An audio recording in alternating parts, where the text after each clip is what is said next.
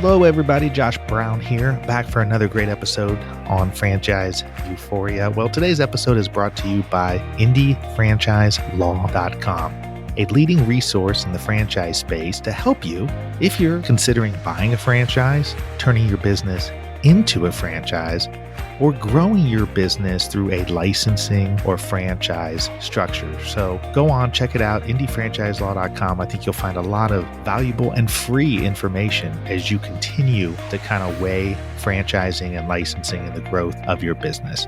Without further ado, I hope you enjoy today's episode. Thrilled to have on Kevin Xu on today's episode of Franchise Euphoria. Kevin is the CMO and co-founder of Pokeworks and is an innovative leader with years of sales and marketing experience. Kevin oversees the marketing activities and social media innovation of Pokeworks. In 2016, Pokeworks introduced the sushi burrito to the world through a viral video and establishing the brand as pioneers in the industry and sparking a social media phenomenon with Xu heading up the brand's digital presence. Prior to Pokeworks, Kevin served as VP of Sales and Marketing for technology firms for over 10 plus years. You can see a link, click on a link of the viral video at franchiseeuphoria.com. Just click on this episode. You'll be able to go right to it. Really enjoyed this conversation with Kevin as the Pokeworks franchise started, or the first location started in 2015. Now they've got approximately 50 locations and they've got over 100 in the works. So they've experienced some really fast growth, and he's one of 9 co-founders. That's right, 9 co-founders. So we talk about that a little bit, and we talk about how they've kind of grown in the fast casual space. So hope you enjoy this interview with Kevin. Hello, Kevin. Welcome to Franchise Euphoria. How you doing? Hey, Josh. Hey, I'm excited to have you on to talk about Pokeworks, which is a cool concept that I want you to kind of dive into and explain. We were talking a little bit offline, and I think I said to you, I asked if you were one of the co-founders, and you said I'm one of 9 co-founders. So I think that's a great jumping off point because you don't hear that every day. Yeah, it's definitely rare that we hear more of a startup story kind of start off with so many people kind of coming into it, but it's definitely worked very well so far. So what is the concept? Tell everybody what the concept is, what you guys do, what you focus on, and then we'll dive into how it got started. Yeah, so Pokeworks, so we are more of a Hawaiian-inspired cuisine.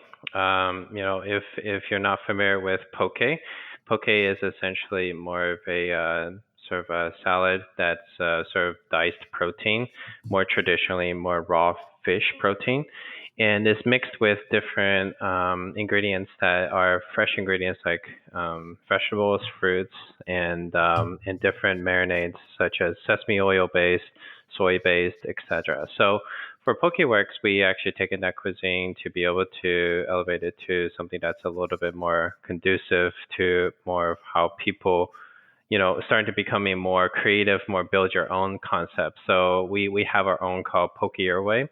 And essentially, once you step into Pokeworks, you're able to really build your own poke creation. And within there, you start out with a base, whether it be sushi rice, salad, or even what we call a poke burrito, which I can go into a little bit later. But then from there, you get to pick your protein, your different vegetable mix, your different fruits, but then also the different flavors that we have, mixed toppings, and then different crunch.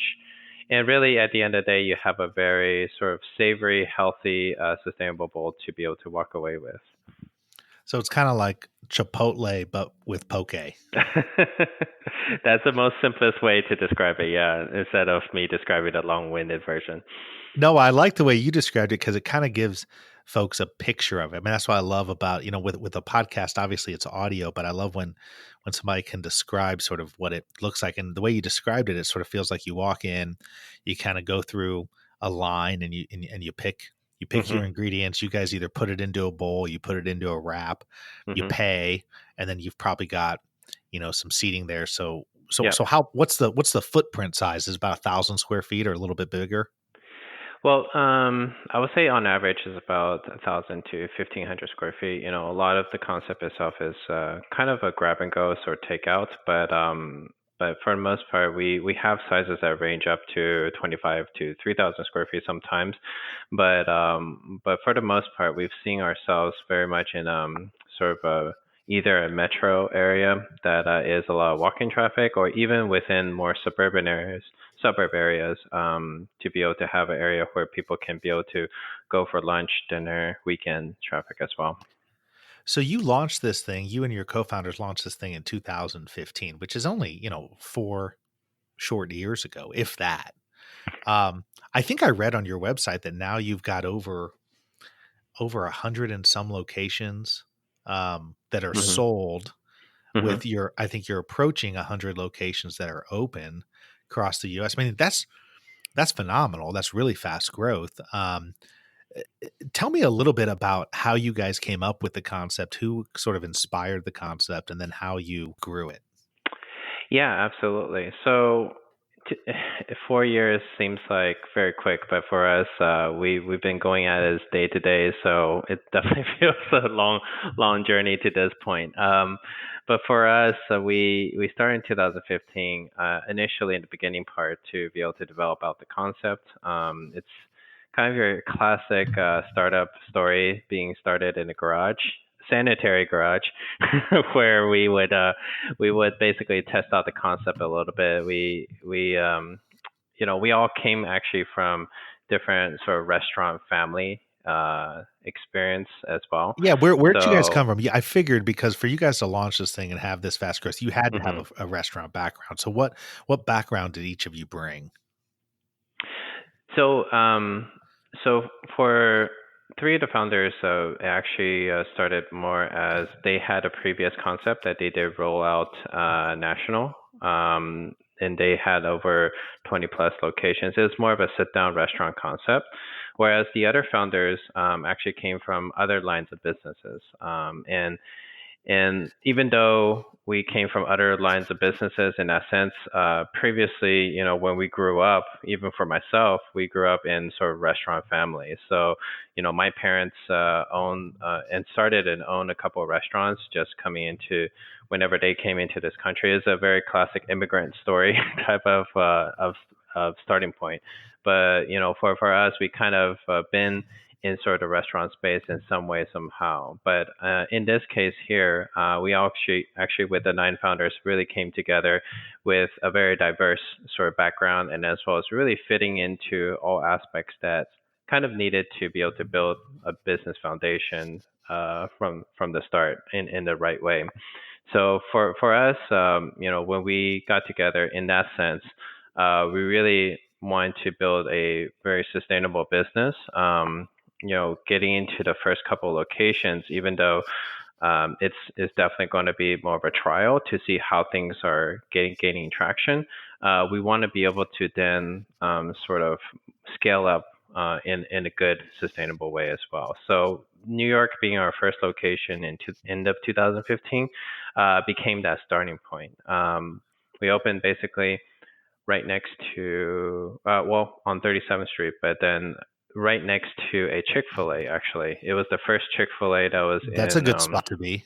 in New York or in Manhattan, and How'd you land that? I mean, that's prime. That's prime. I mean, that Chick-fil-A is going to get a lot of foot traffic. How'd you guys land it right next to it? it was more so coincidental. I mean, partly was when we started, we noticed that it was a space that was allocated, but wasn't too entirely sure what was coming up. But then when they opened their doors, it was just a flood of people going into there. We opened up in the sort of the middle of winter, which is very ironic for a poke place to open in New York in the middle of winter, but for because being such a summer type of food. But whenever we opened, Chick-fil-A had already opened, and the line was enormous. It basically blanketed our storefront. But it was kind of a blessing in disguise because people started noticing a little bit more as they're waiting in line. For us, we were fairly new as a concept at that point. As people came in, it was definitely a lot of education going into it.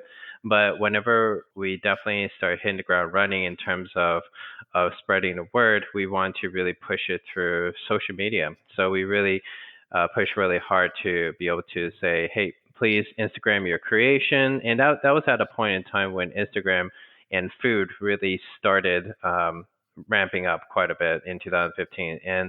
And that's where we kind of took advantage of that. So people, whenever they took a Pokeworks back to their office or even home, they started snapping pictures of it. People in office started peering over and say, hey, what is that? And then they started kind of spreading the word very organically.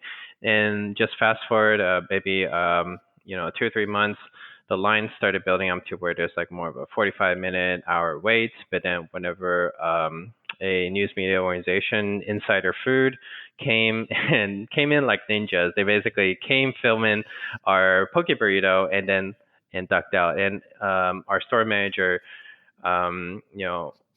told us that his name's Leland, but he's told us, hey, this film crew came in, just filmed real quick, and we asked him who was it, and then he would say it Yeah. was Insider Food, and we're like, wow, that's a pretty big deal. But whenever that video went online onto, I believe, Facebook, Are you it just serious? went from 1 million views, 2 million, 10 million, 15 million, and at this point, I believe it's upwards of like 30 to 40 million views across the world, and that really then started to snowball towards not only people like knowing about Pokeworks locally in New York, but to be honest, globally at that point. So that really is where we start seeing our line grow to 2 hours plus, but then um, that became more of a thing that we need to start saying, well, we don't want the experience to deprecate because of this. So we really spend a lot of time be able to optimize the operation side of our line because of the concept that we have being um, you know, so many ingredients that we're essentially allowing you to be able to pick from. A lot of choices needs to be optimized in certain ways for the customer to still have the experience of poke your way. So we really spend a lot of time to really optimize the throughput, but without sacrificing experience and the food quality. Well, And by the way, I love your website, the pokeworks.com. If you click on the menu, it's very, yeah, very well done. I mean, vibrant colors, and it kind of hmm walks you through the different options, how you kind of pick your protein, pick everything else. It looks, I mean, it makes me want to go out and get one, which is obviously the objective. Were you guys thinking about franchising from the get go, or is this something that just kind of happened organically? it was pretty organic for us. We had the mindset of that we need to really explore this in many different markets to be able to really get a good footing of how this could scale. So quickly after we opened a North Bay Area location, a Southern California location, which is today our more corporate store where we do our training for franchisee. Seattle, and then thus after, then became our first franchise location because when we started gaining traction with a lot of awareness of Pokeworks, we started getting interest from folks that wanted to kind of open Pokeworks for themselves. At that time, we didn't really have a notion of how we would do that, essentially, but we started kind of understanding that there definitely needs to be more of a franchise system in place, and that's why early on when we started seeing the early successes of the newer location, we started reinvesting towards that. So a lot of the things that we did early on is to be able to, for any franchisees to be able to get the right type of permitting and as well as the structure that's needed in order to properly set up our operations, marketing, and sort of corporate support to be able to help support another external partner to be able to open up a Pokeworks. And Boston became that first location. Thus, after quickly was a DC location as well. And that became sort of our starting point to be able to see, well, where then would be our focus would be then to be able to help continue further this growth of franchising, and that became an early answer, yes. So for us, we really continue to build out more of that piece to be able to build a good home for home base for where a lot of the support will be, but also a lot of our training as well, which is conducted in our Irvine headquarter and store location. So with 9 co-founders, how do you make that work? That can be another hour or 2 hours in itself, In a but nutshell, I mean, first of all, how'd you come up with 9 co-founders? I mean, it seems like it's like, wow, you gotta, like, really be going out there and, I've 2, 3, 4, I get, but 9 co-founders, how does that work? well, in the beginning, because we had the onset of needing to be able to open in such diverse location, there was a split out between co-founders that are more on the corporate side and those that are kind of managing the more field locations of where we're opening. Thus, then we actually consolidate everything to corporate, meaning that people that are out in the field has been brought into corporate. But really, the key thing around having such diverse set of co-founders is to be able to really, at the very beginning, we kind of, the reason why we're able to move forward is really try to make sure that everyone first is on the right mindset, that everything that we're kind of coming to the table with is to be best for the business itself. And really, a lot of us are experienced as entrepreneurs in that way, meaning that if you're going into building up a business, you really need to first off check your pride at the table or check your pride at the door and really kind of, any opinions, any sort of direction that we're putting forth is really best for the collective of the business itself. So I think that in itself really helped a lot of founders, make sure that as we're kind of progressing each step, each new learning that we get along the way, that we're continuing to adapt, to grow, and to really build out something that really is more than just our individual self.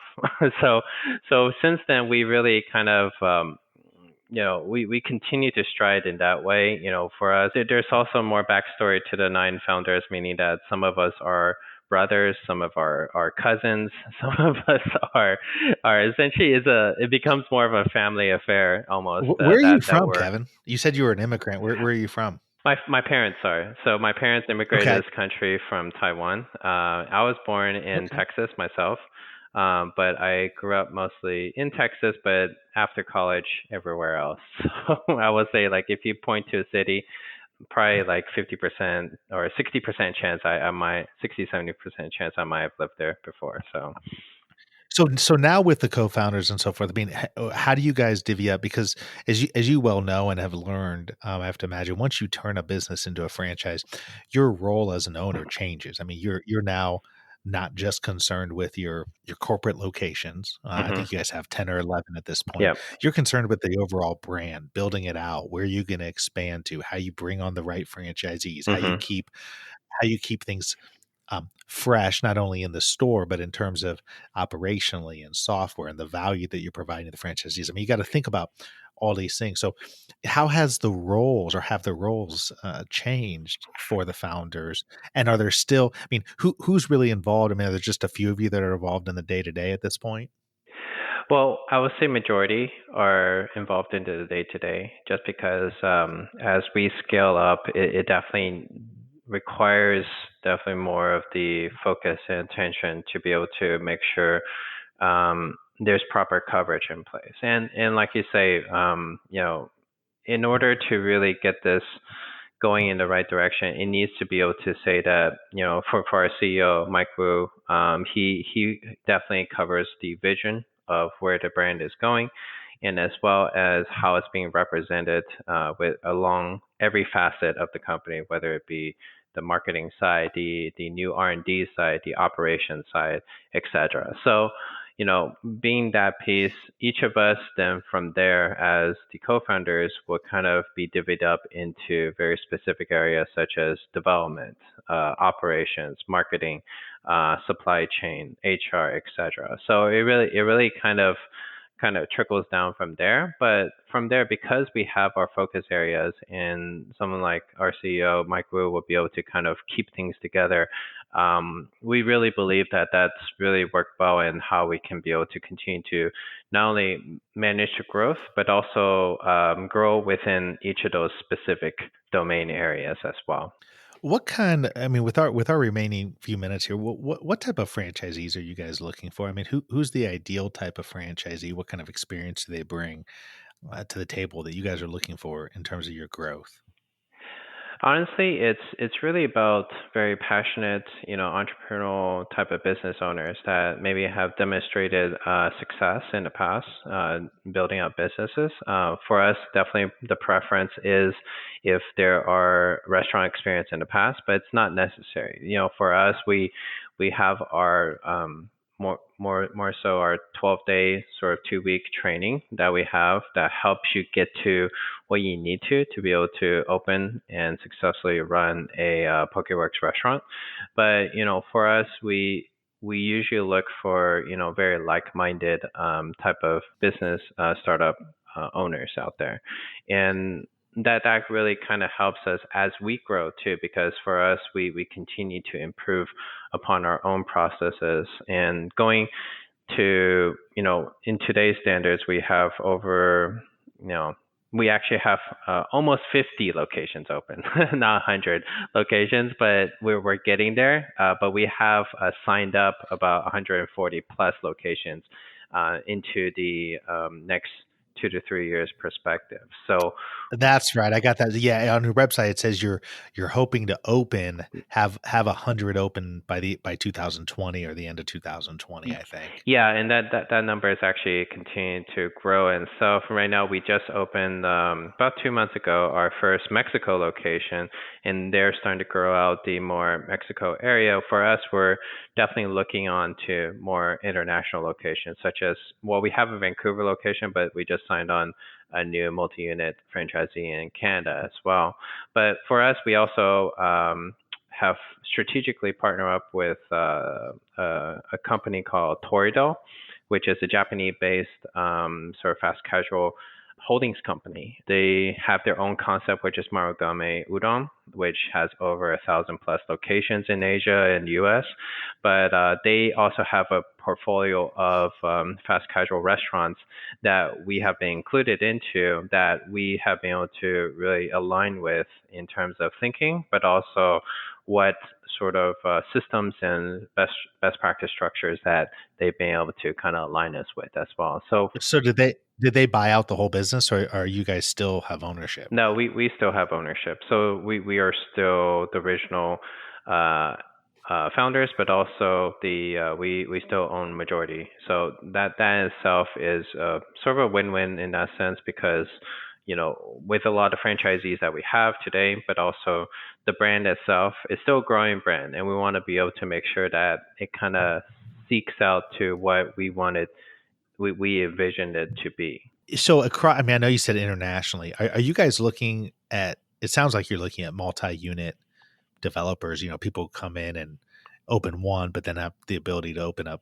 multiple locations. I mean, is that the preferred model, or are you still offering one-off owner operator locations? For the majority, it is multi-unit for most of our different area markets. Each of our franchisees are having about 2 to 5 or more in perspective in terms of their different markets. But definitely there are a few that are franchisee single locations, but with the intention of opening more if does see fit. But those are the kind of things that we kind of would prefer in terms of multi-unit. But if any case that there are strong franchisees that are single, it really depends on the market itself. But we would usually want to work with multi-unit as a starting point if it's a new market. Well, if you want to learn more about the Pokeworks franchise, go to pokeworks.com. That's POKEWORKS.com. They've got a fantastic website, as I alluded to earlier, and a great section on the franchise opportunity. Thank you so much, Kevin, for coming on. I really appreciate it, and keep up the great work. It sounds like you guys are doing some some really great things. Absolutely. It's been a pleasure. Thank you very much, Josh.